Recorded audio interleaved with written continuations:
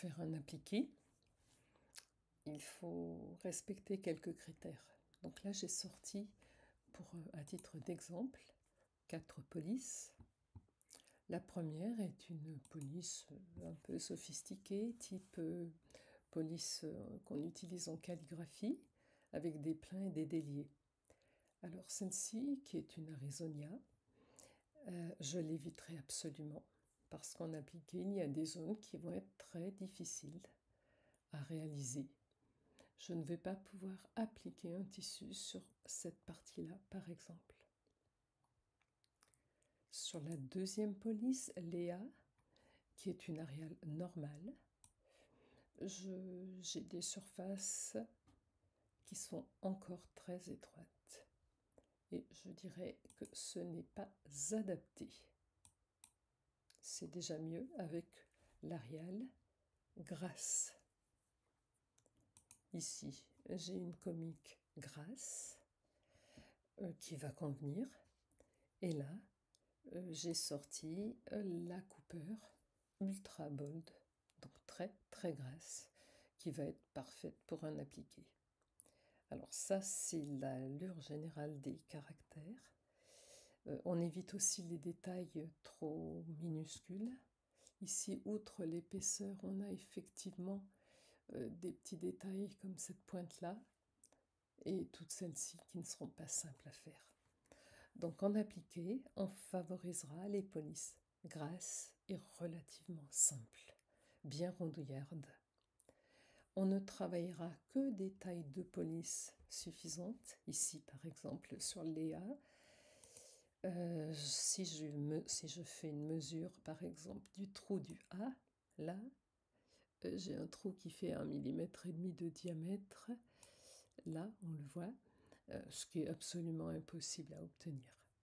Donc, on utilisera en appliqué seulement de grandes lettres. Et pour l'exemple que nous allons utiliser, avec la police comique ou quelques polices que ce soit, on se débrouillera pour avoir des caractères d'au moins 7, voire 8 cm. La comique va marcher à tous les coups. Donc j'ai obtenu un objet qui est un texte. Ça n'est pas du tout un objet brodable. Si je demande à faire une simulation là, on va avoir un message de Inkstitch qui va nous dire tout de suite, ou pas, je ne veux rien faire. Et effectivement, il s'abstient de faire quoi que ce soit. Donc, je dois transformer ça en un chemin. Maintenant que j'ai transformé en chemin, il accepte de me proposer une broderie. Ça n'est évidemment pas du remplissage que je peux faire, mais ça pourrait marcher. Je vois que les lettres là vont faire quasiment 8 mm. Ça pourrait être plus épais. On est vraiment sur la limite inférieure de ce qu'on peut faire pour un appliqué. Alors, je ne mets pas de fond et je mets un contour, imaginons rouge, voilà. Ok, donc ce texte-là, pour l'instant, tel qu'il est, je peux toujours le broder. Je vais paramétrer et il me fait une proposition, voilà, qui est tout à fait correcte. Je mets des sauts, on peut difficilement faire, beaucoup plus mal. Ça, c'est pas très heureux. Mais ce serait le marquage du tissu. Je duplique. Celui-là, je peux l'appeler marquage. Marquage support. Celui-ci, c'est le marquage du tissu appliqué. Ok.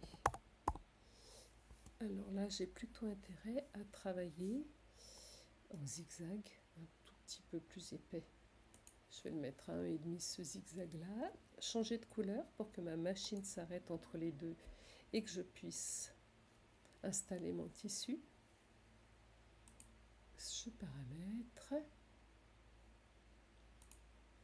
je ne voudrais pas du point droit cette fois-ci, mais plutôt un zigzag. Et surtout pas un zigzag aussi fin que ça, qui va abîmer mon tissu. Donc je mets un zigzag à 1,5 d'espace crête à crête. Il s'agit juste d'avoir un zigzag qui maintienne le tissu. Et je vais venir couper au ras de tout ça. Maintenant, quand j'ai coupé, je remets le cadre et je prévois le chemin final. Donc je duplique. Pardon, édition dupliquée. Voilà. Je duplique. J'ai un nouveau chemin. Là, c'est l'appliquer. Attention, j'ai laissé un accent. C'est pas du tout astucieux ça. Surtout pas d'accent dans les noms de chemin. Voilà. Donc mon appliqué, je vais changer de couleur. Je vais le faire violet. Je voudrais un contour qui soit un contour un peu plus grand, un peu plus épais que ça, un contour à 3 mm. Et j'aimerais beaucoup que ce soit du satin pour éviter d'avoir des angles un peu laids. Et on va les regarder déjà.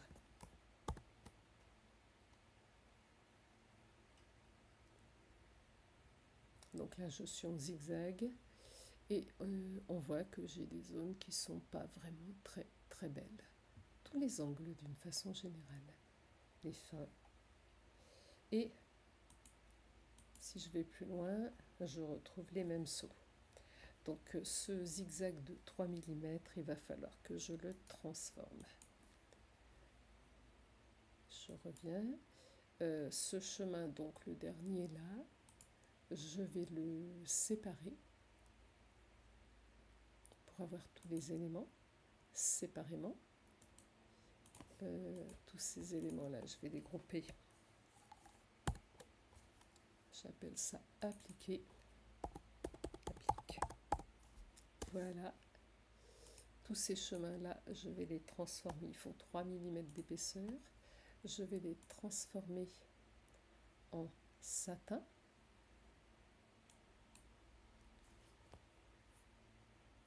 Et là, il travaille sans que je m'occupe de quoi que ce soit. On voit le paramétrage du satin. Voilà. Et si je regarde, il m'a effectivement bien transformé tous ces chemins-là. Je vais demander à transformer tout ça en une broderie qui sera beaucoup plus fluide. Pour ça, je peux demander à faire un agencement automatique de toutes les colonnes satin.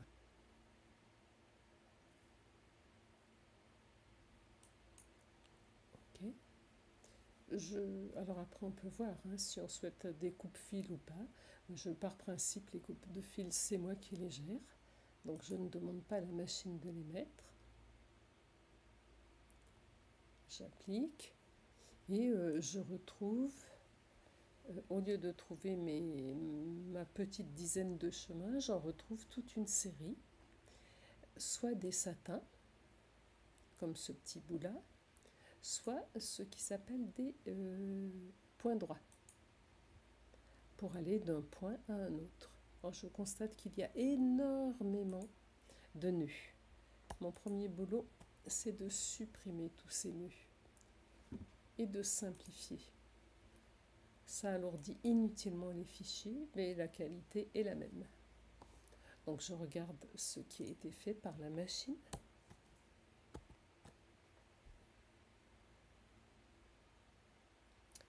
Et je vais demander surtout l'amélioration principale, je la voulais du côté des sauts de fil. Donc je lui demande de me montrer les sauts de fil. Je retourne. Donc on a un saut de fil ici pour revenir du... Je reviens en arrière. Celui-ci, c'est bêta. Il aurait sûrement pu s'en dispenser. Un saut de fil pour retourner vers le E. Ok.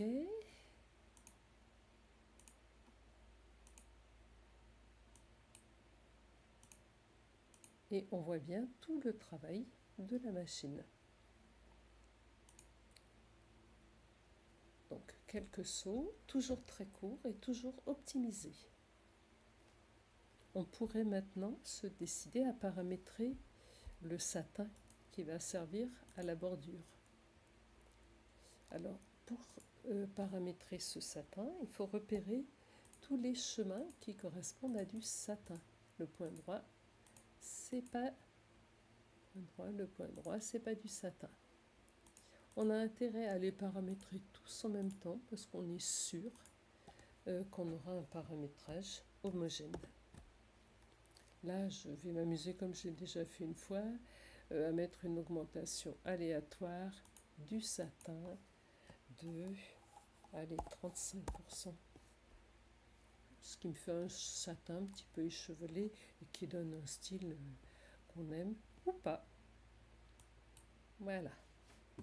On va quand même, je peux ici à ce stade dégrouper mon agencement automatique, ça n'apporte rien. J'ai le groupe 17 qui est destiné à faire l'appliqué. Voilà. J'ai donc 3 groupes. Le marquage du support, qui est un trait de couleur rouge et qui est un point droit. Le marquage de l'appliqué, qui est un zigzag vert. Et l'appliqué lui-même, qui est constitué de traits de satin, de couleur violette. Donc on va demander à visualiser tout ça et on va essayer de comprendre comment ce sera brodé.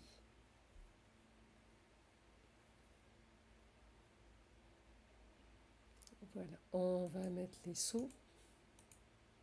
Alors il reste les sauts du dessous. On aurait pu faire aussi un arrangement automatique des points droits. Je ne l'ai pas fait parce qu'on va avoir besoin de sortir sa paire de ciseaux de toute façon. Donc des grands jetés comme ça sur les tracés du dessous, ça pose pas de souci, ils seront coupés en même temps qu'on coupera le tissu. Mais si on est puriste, on peut demander un arrangement automatique au niveau des traits. Alors, on va regarder maintenant d'un petit peu plus près ce qui se passe. Donc la machine brode sur le tissu. J'ai mis le tissu dans le cadre et je lance la broderie. Il me demande du fil rouge, je le lui donne et il dessine mes caractères. Comme on a un changement de fil là, la machine s'arrête. Comme la machine est arrêtée, j'en profite, je viens appliquer le tissu de l'appliqué que je vais maintenir par le zigzag vert. Pour l'appliquer, on a plusieurs solutions.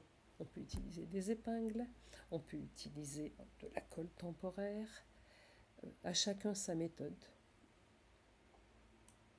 Ensuite, la machine fait le zigzag. Le zigzag a un avantage sur un deuxième point droit, c'est qu'il maintient plus largement le tissu. Et un appliqué, ça reste quelque chose d'un peu fragile. Donc il vaut mieux faire un point de maintien correct. Je change de couleur, la machine s'arrête. Je sors le cadre.